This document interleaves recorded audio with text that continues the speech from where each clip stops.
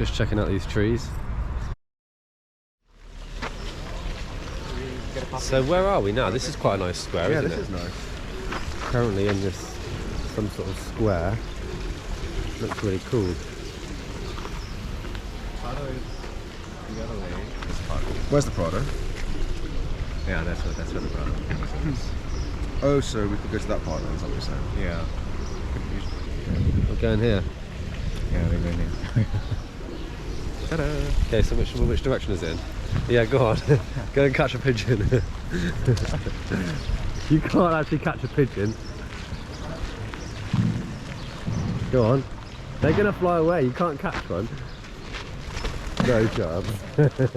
They're too quick. They're way too quick. The pigeons here are actually quite well formed, aren't they? Yeah, they look in pretty good nick. They are. In London, they're all limping. Yeah, I know. And they've all got like 2 feet and like 2 toes on one.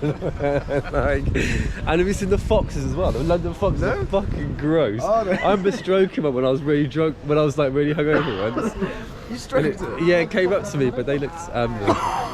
It came up to me. Like I was sat with my mate Harry. Wow. Pontefract. We were sat on the like outside his house where he was living, and it just came up because they're not scared there because they're just so used to being around people. Tame then, aren't they? Yeah, well they're pretty tame, but because they're just so used to being. It's like rats. They're not frightened. Whereas countryside foxes are so nice. They've got like nice big bushy tails and they look pretty jolly. Whereas the ones in London are just fucking like they're fucked. Like they've got like their hair's all coming off and they're just like they just look fucked basically. Because it wasn't just that one. The brutality of the city, it just like. Are you sure it wasn't just that one that you encountered? No, honestly, I've seen so many there. Before, because whenever I see them run across, they always seem pretty. They're pretty sound. Bushy tails and. You should see the pigeons that my parents get where they live. Fuck me, they're just like massive fat things that are like. It's because they can just they live like an idyllic lifestyle, don't they? They like plucking berries from the trees and things. It's not like in the city where they're basically going through bins and like getting cut by like barbed wire and things. It's like it's a brutal place, isn't it? And so to be a fox in that environment is not. It's not like for us humans. It's kind of alright because we sort of built the city. Do you know what I mean? And it's kind of like been made for us. But where are we going now then? We are heading towards El Retiro to retire. Where are we going, Park? We're going to El Retiro Park. El Retiro Park. Where we go to El retire. Retiro. Coffee. Oh, yeah, coffee would be We're gonna good. do some dancing, aren't we? Coffee will wake us up. That's how he dances. Yeah. Everyone's got a I can't wait to dance like you do now. Every time I go out. What's the jacket thing? Like this? I'm kind of glad that I saw the video footage of that because it reminds me of how stupid I look. Because in my head at the time I was like, when we were dancing, I was like, I am so cool. But I'm not even being sarcastic. I watch it back. Cool. I watch it back. I look like an absolute. It's like at least you have your thing. It's like your style. Yeah, I mean I'm pretty comfortable with it. I don't mind. But. Yeah, and you're looking at an angle. It's neither up, not down. It's like at the. It's like the eyes are looking down like this, though, aren't they? Yeah. Yeah. Totally satisfying. So, yeah.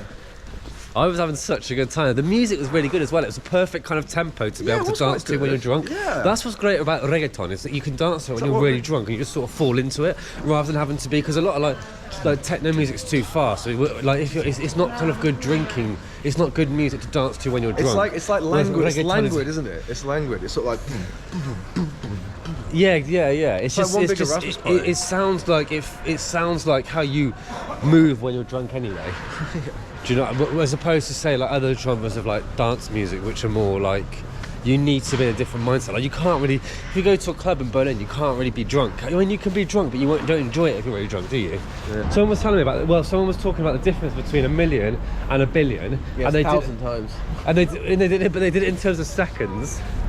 How many dots? Hey, how many bits How many bits in this? How many bits? Yeah. How many bits of data in that? But listen to this. So they were talking about how many seconds there are, or how long would 1 million seconds? How long would a 1 million seconds be versus 1 billion seconds? I think it was, or maybe it was 1,000. That's a good way of looking at it. Yeah. And it was like 11 days. Yeah. Wait, hang on. Let's just figure this out. So how many seconds are there in a day? You can divide it by 24. 60. 86400. 8,006 what? No, that's 1 hour maybe. Well, 60 seconds in a minute, 60 minutes in an hour, so that's 3,600, isn't it, an hour? So what's 3,600 times 24? 86400. Okay, so 86400. So 1,000 times that basically is a billion. So the way that they said it, which was really interesting, was that one was like 11 days for I think it was for a million, maybe it's for a million or something, and then but then a billion was like years and years. Yeah, that's what I just said. Yeah. How long and how many computers do you need to be able to crack SHA-256? Well, you need a quantum computer, really. Well, we're using what CPUs? I don't know. What's the answer, Parag?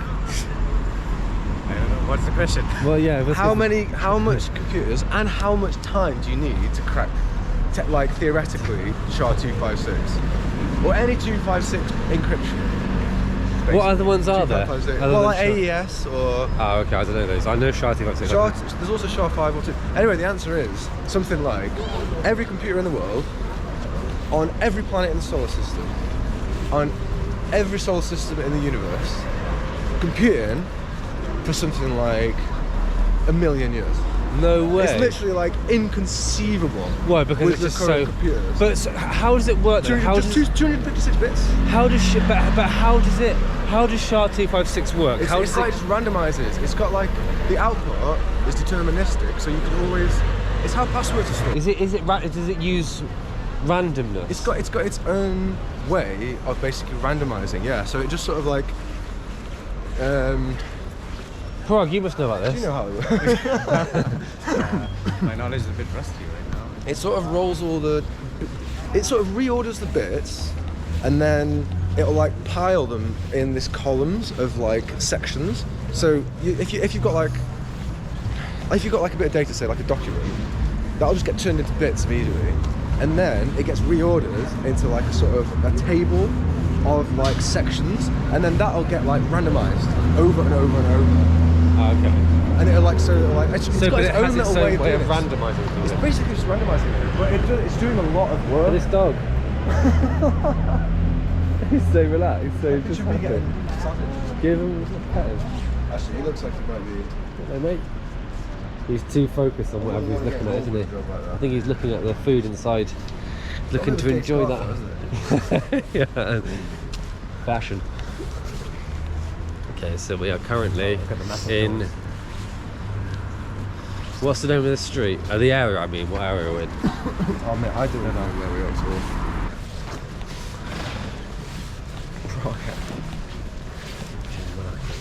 These streets, these buildings are like. What area do you think these are from? 80s? From the 80s?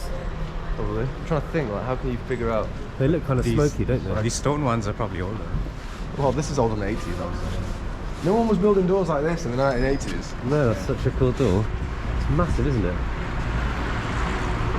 Look at that door. The handle's so high up as well. Why is the door handle so high up? Oh, it turns as well.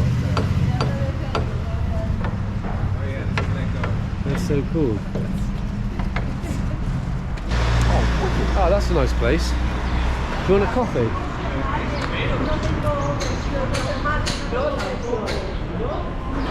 Oh, he's letting us go. Hey, we're gonna get a coffee now in this place. It says acid. Oh yeah, I can read. Yeah. Burnley, and he started his own bank and it's called Bank of Dave.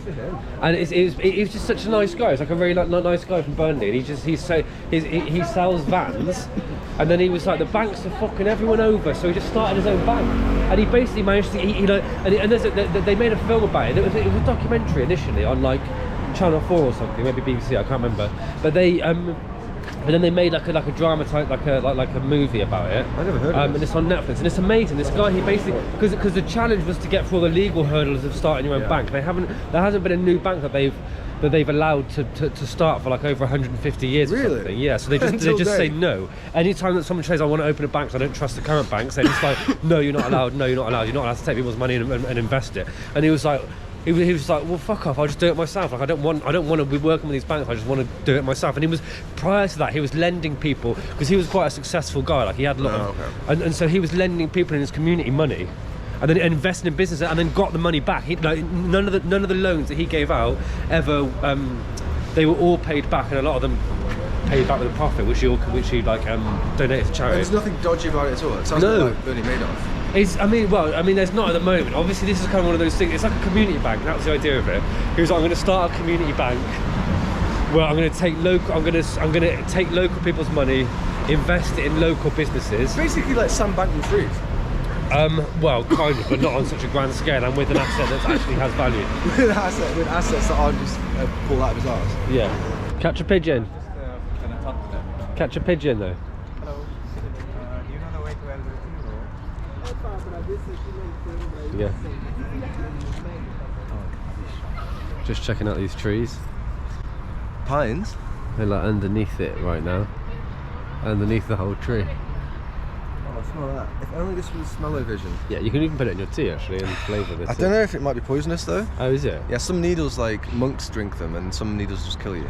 Oh fuck! Really? I didn't realise they were poisonous. I think so. That's They mad. contain a lot of like stuff in there, I think. I mean, you can sense it, can't you? Yeah, exactly. That's Why it has such a strong sense, because it's smelling because a lot of of stuff some going in there. Push it. You don't smell it now. No, yeah, true. There's no sense at all, is there? It's like a hidden poison. I mean, I knew mushroom. Have you watched a documentary on Netflix about mushrooms? Have you watched a documentary on Netflix about mushrooms? No, mate. Or about I don't fungus watch in fucking general? Netflix, right? It's amazing though. It's literally like the digestive system of the earth, isn't it? Oh right, yeah. Because they just consume. And they communicate with each other, don't they? Yeah, They're the like mycelium network. families. It's like one massive internet basically under the ground. And trees communicate, but they don't just communicate; they trade. So they can deliver oxygen or carbon dioxide to another tree if it's lacking. Really? Yeah. The trees communicate through. That's not true. The mycelium Fucking network. I thought they I thought they were competing for light. Why would they be? Well, no, but they want to distribute it, so they don't perceive themselves as individuals. They're part of like a community, and so the way that, and so for a tree to survive, it needs to exist in. It's just woke propaganda. No, for trees to survive, they need to exist in woodland, amongst other trees. You see this tree on its own, but it's not really on its own. There's a bunch of other ones. Yeah, but he was planted purposely, wasn't he? Yeah, true. Whereas often you'd see them you wouldn't see one tree alone just randomly. It's always part of a network of trees that are all trading through the mycelium network. Yeah, there'll be this one big tree, the mother tree, and if there's a child tree somewhere that's sick, it'll communicate through the mycelium network. And deliver it with the nutrients, right? Yeah. No. Yeah, it's mad. They literally they talking to use- each other. Yeah. If they've been planted You know, themselves. since I started drinking the matcha, we just turn into so like hippie stuff. It's like It's because we've just been high drinking. as fuck. Well, it's because we've just been drinking drinks from acid. It's a bakehouse. the trees are talking. The trees are talking. I can smell it. The pheromones. They use the mushrooms to talk to each other. That's great. Is it still rolling? Yeah, still rolling. Yeah, 3 minutes 33. That wink in that video. That was so good. It was like perfectly timed as well. And the video just cuts at the end, doesn't it? I didn't know you were filming me, so that wasn't Parag's way of videoing is really subtle as well. You don't notice until Yeah, I had no idea. well, I had no idea that you Just were making hold it stuff like up. that. So you just don't know until it's too late. The fight as well. That fight So video. pathetic.